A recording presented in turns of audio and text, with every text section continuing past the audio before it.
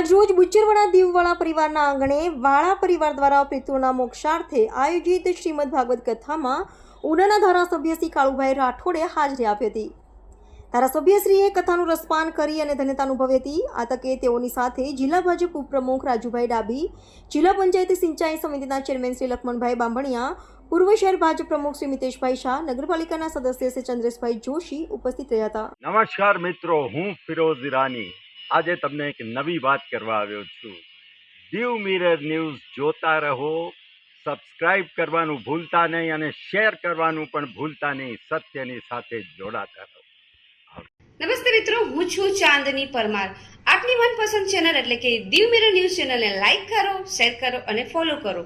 અને હા, તેમાં દરરોજ તાજા સમાચાર જોવાનું ભૂલશો નહીં. દીવ મિરર ન્યૂઝ દરરોજ લાઈવ અપડેટ ગુજરાત રાજ્ય, દેશ, દુનિયાના તમામ બ્રેકિંગ સમાચારો નિહાળો દીવ મિરર ન્યૂઝ ચેનલ પર.